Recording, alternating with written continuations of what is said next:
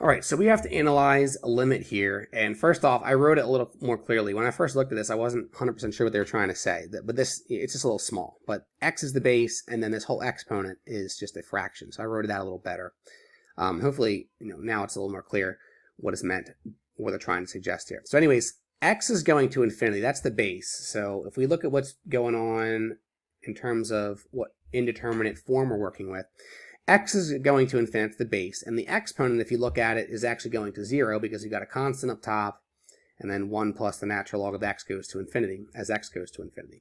So we got a constant divided by infinity we know amounts to a 0. So we've got what's called an indeterminate power, right? Our base is getting infinitely large, but then the number of factors that we ultimately end up are going to apply is 0.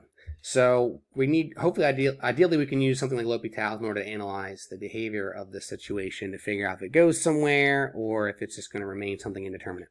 So when you're dealing with an indeterminate power, remember, step 1 was to write it as a logarithm so you can hopefully get it as a product or maybe even a quotient. So let's start off, we'll give it a name, right? Make it a little easier to see how everything pieces together if we give it a name. We'll call it y. That way we can define the natural log of y as, we'll take the natural log here, which allows us to bring that exponent down as a product. So we got ln2 over 1 plus ln x, and now we can take the natural log of that base, which is just x. And look at this, we've already got a quotient, right? This is a quotient, so we don't have to do anything. Remember where the stuff where we just had a product with no quotient, we had to do things like this. We don't need to do that here because we've already got a quotient. So let's take a look at what the deal with this quotient is. Hopefully it's going to be in a form that is suitable to apply L'Hopital's. So our x is going to infinity.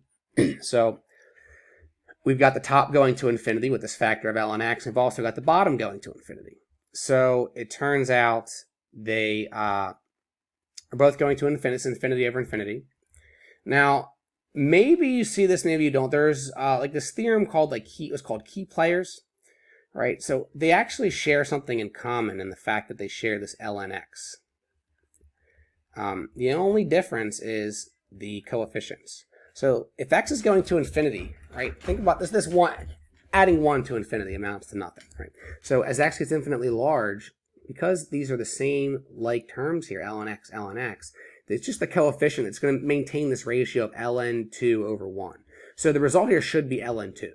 That should be ln y should equal ln2. But let's use L'Hopital's to prove that. Sometimes it's nice to suggest or look at this problem from different angles or different perspectives. So we want to get the answer.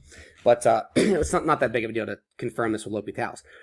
So we do have infinity over infinity, so L'Hopital's applies. So we'll take the derivative of the top, which if you notice is just going to be, that's ln2 is a constant. So it's just going to be ln2 times the derivative of ln x, which is 1 over x. And then the denominator, the derivative of 1 is nothing, so it's just the derivative of ln x, which is again 1 over x. Now, dividing by this 1 over x is the same as multiplying by its reciprocal, right? This really should be ln2 over x. It's the same as multiplying by the reciprocal of 1 over x, in which case, look, the x's cancel. So it turns out as x goes to infinity for ln y, right, for our natural log of y, the only thing that remains is the ln2. So we just found out that as a limit, ln y is going to ln2. Now, we're not interested in ln y itself. We want to know y, right? The function we're originally dealing with. So just remember, if ln y is 2, it's really telling us, well, hey, this is the power of y.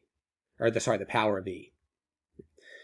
And we know e raised to the power that's going to make e2 is just simply 2. So hopefully that helps. If you have any other questions, let me know. Take care. Thank you. Bye.